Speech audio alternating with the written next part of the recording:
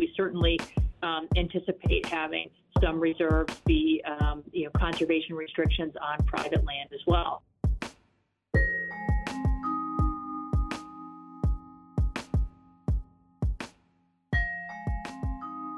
Hi there, it's WAMC News Director Ian Pickus, and on this episode of the WAMC News Podcast, a new forest plan for the state of Massachusetts. Well, Massachusetts has released a plan to protect and manage forest lands, prioritizing the natural resource for its carbon sequestration capabilities. More than 55% of the Bay State is forested, covering about 3 million acres. The Forests as Climate Solutions Initiative includes recommendations from a state-formed committee and public input, covering topics like forest management, siting of renewable energy infrastructure, and timber harvesting. My colleague Jim Lavula spoke with two members of the Executive Office of Energy and Environmental Affairs, Kurt Gertner, the Assistant Secretary for Environmental Policy, and Stephanie Cooper, the Undersecretary for the Environment. As you know, we released our work plan, and this was a year-long process, Forests as Climate Solutions. And really, it's looking at all of the forests of the Commonwealth, be they publicly owned or privately, and looking at how do we best manage, protect, and steward them for all the values and benefits they provide, but particularly focusing on carbon and climate change, and making sure that we have the latest science and the best information to guide how we go about doing that. The forests of the Commonwealth store a very significant portion of the carbon in the natural and working landscape, and it was just really important to make sure, as the Undersecretary said, that we were protecting and stewarding them with the latest climate science in mind. I would add, too, that this is very closely tied to the Commonwealth Clean Energy and Climate Plan, which is our roadmap of how are we going to get to our legal requirement to get to net zero emissions by 2050. And natural and working lands, particularly forests, are really an important part of that. A bedrock of that goal is going to be conserving 40% of the Commonwealth by 2050. So that's a really important fundamental goal that we're advancing through this initiative. And yeah, to put some numbers to that, particularly to the carbon aspect of it, according to the state, the forest ecosystems in Massachusetts contain carbon stocks equivalent to about 1.2 gigatons of carbon dioxide. And the net carbon sequestration from forest land is equivalent to just over 10% to the statewide annual greenhouse gas emissions. Through this plan, is there an expectation or a milestone that would impact those figures? I guess I would cite two things. One is we did, as the Undersecretary mentioned, set a land conservation objective both in the Clean Energy and Climate Plan, and it was repeated in Forests as Climate Solutions and our plan that's intended to secure for the future to meet those climate targets, to meet the greenhouse gas reduction. It essentially helps to ensure that carbon is on the landscape, that sequestration occurs, and that we have the capacity to meet our net zero target in 2050. I would just add that the projections that you may have taken a look at through the Clean Energy and Climate Plan or our land sector plan, which is a part of that, show that in order to make it to net zero, there are residual emissions that are predicted to still be in play around 2050, and forests and natural and working lands are part of the solution of how we're going to get to net zero. So we really need them to be sustained and to be absorbing that carbon for us. Another important aspect of this is avoided conversion. We're going to conserve as much as we can, meet our 40% objective, but we also need to be careful to cite our developments in ways and in places that help to reduce the amount of conversion of forests and other natural land cover types, because they help us meet those carbon sequestration numbers you mentioned a minute ago. Yeah, I found it interesting in looking at this plan, Kurt, to your point about conversion, that the plan specifically notes that, and obviously the discussion about lowering greenhouse gas emissions overall and the shift to alternative energy, that the Commonwealth will look to ensure that renewable energy infrastructure, thinking things along the line of solar panels, will avoid forest conversion where possible. What are some of the factors that the state will consider when making those decisions? Is this a good spot to put solar panels in if it leads to a reduction in forest land?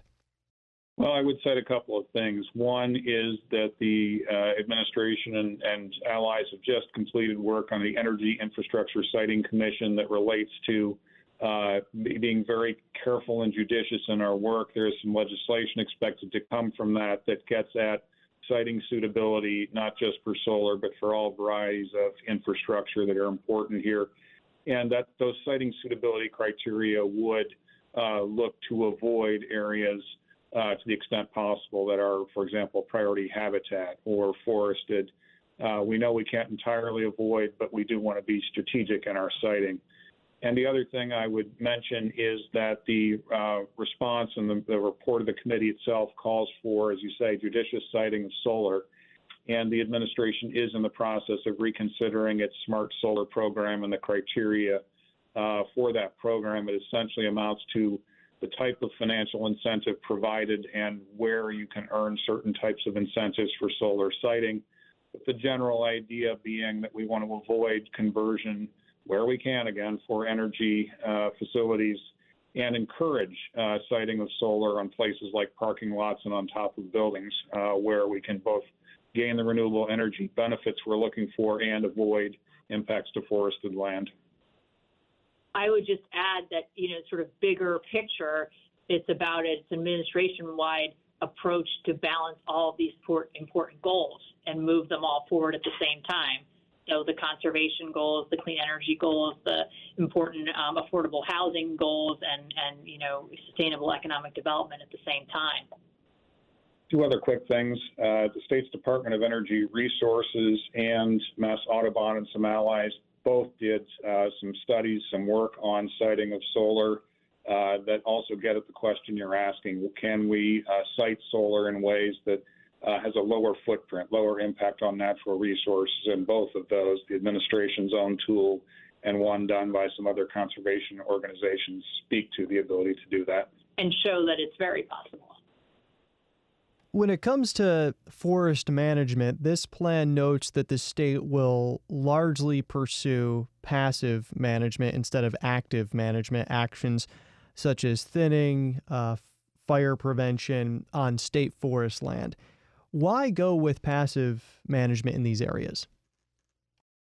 So here's something important to mention, to keep in mind, is that right now and historically in recent years, we have managed actively through sustainable harvesting about 0.5% of the acreage of state lands. And so, by default, other lands have been managed passively.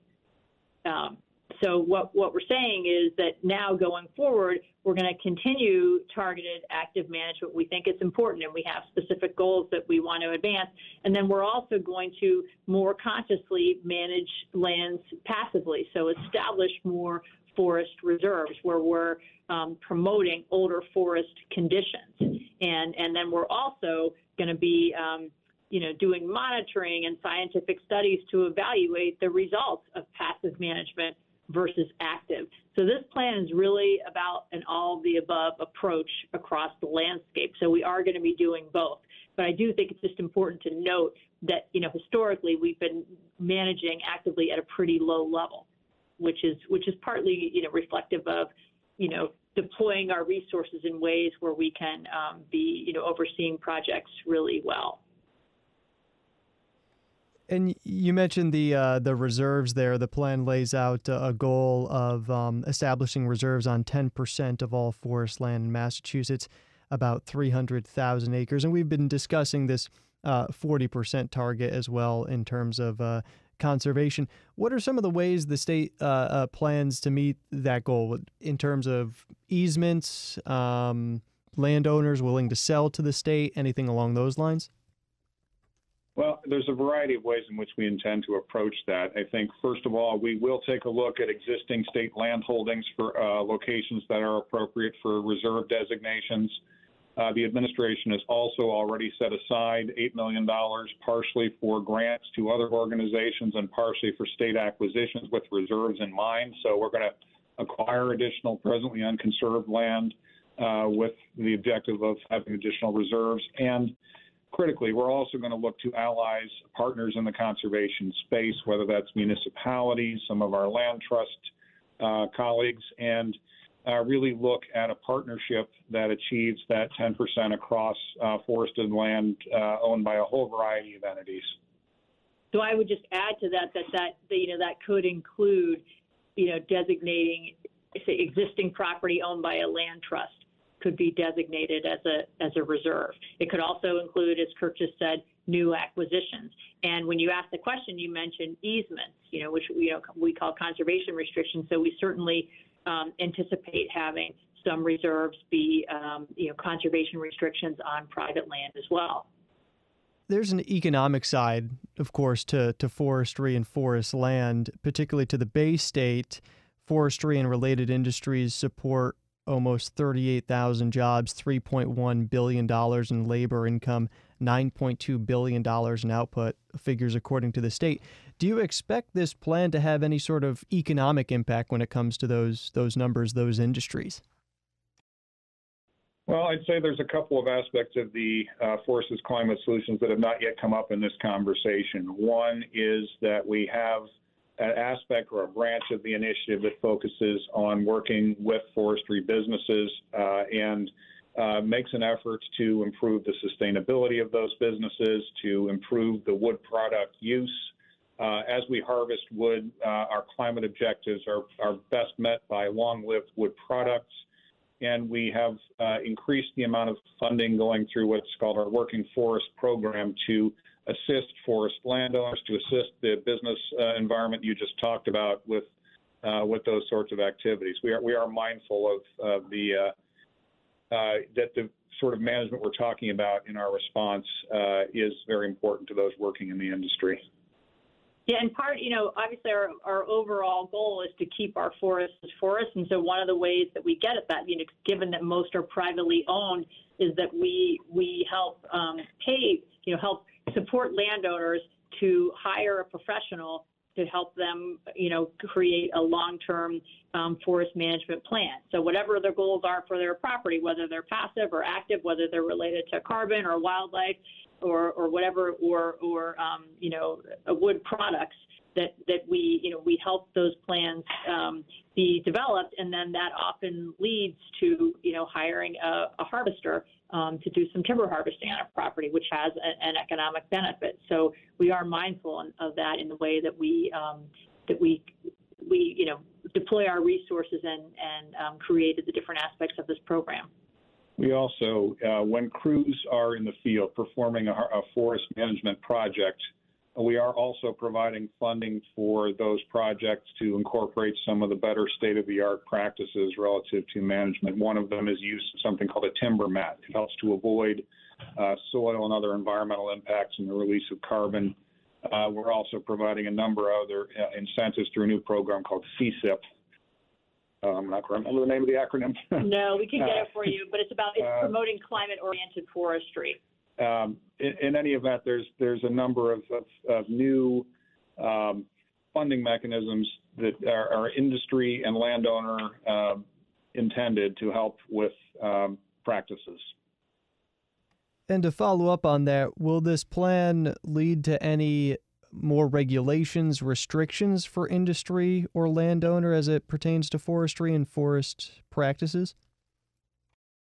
I would note that one of the things we're going to be updating is our best management practices. And so, again, taking all these best climate-oriented practices that we've just sort of gathered through this process and applying those to best management practices. And some of those BMPs are required for forestry carried out in Massachusetts, and some of them are recommended. So I would look at that. I mean, the timber mat example that Kurt just gave is one. So I think some of those are in the category of efficiencies, and they're also in the category of, lessening impact on the landscape, but just having the best and latest practices in place. So we will be doing that. And I think to the degree necessary, we may be updating some of our regulations, our forest cutting practices regulations. Again, all around making sure that we have the best and latest practices in place. Yeah, Undersecretary Cooper mentioned that some of the practices are required and others are optional. One important thing that we did embrace as an administration is that for projects on state lands, we will be pursuing all of those practices, regardless of whether they're required or optional. So private industry, private landowners, there's certain ones that are required and others that we would like them to pursue, but they aren't required to. As the state, we've chosen to implement all of the practices. Right. So when we carry out active management on state lands, we're committed to exemplary forestry, and that's part of how we do that. And I'll note that the plan here indicates that a new best management practices manual is expected to be released in June of 2025. If I understand, that's what you're getting at. That's exactly right. And then finally, as part of this overall forestry initiative, a piece of it, from my understanding, includes collecting and providing more data and monitoring of forestry and forest land. What are some of the ways and methods that will be accomplished? Yeah, this is really important. So one thing, we're creating a public dashboard. So, to display all the information that we have about forests. So we have what are called continuous forest inventory plots across a lot of, but not all of state lands. And those are, at selected trees throughout our state forests that we collect data from periodically. And that helps us understand, the health of the forest and what the growth is. And also from that, we can measure how much carbon is being sequestered. So we're investing in more plots so that we can have a real picture across all of our state lands. And then we get data from the Forest Service National Inventory. And so we're going to invest in more of that. And then, people are really interested in carbon, right? It's really important, and how much carbon are forests sequestering and storing. So that's information that we're going to be sharing through this dashboard as well. We also have been asked to make information on our forest management readily available. So we're making efforts to consolidate, provide on the dashboard information on our long-range plans for forest management, and specifically each year when we choose a particular management project, indicating where that is, providing what's called a forest cutting plan for those projects. But Point is generally committed to being making information readily available on the type of forestry we're performing and where we're doing it. And of course, the objectives we're seeking when we pursue those projects. Okay, that does it for this episode of the WAMC News Podcast. Thanks so much for listening, and thanks to Jim Levulis for that interview. Until next time, I'm Ian Pickus.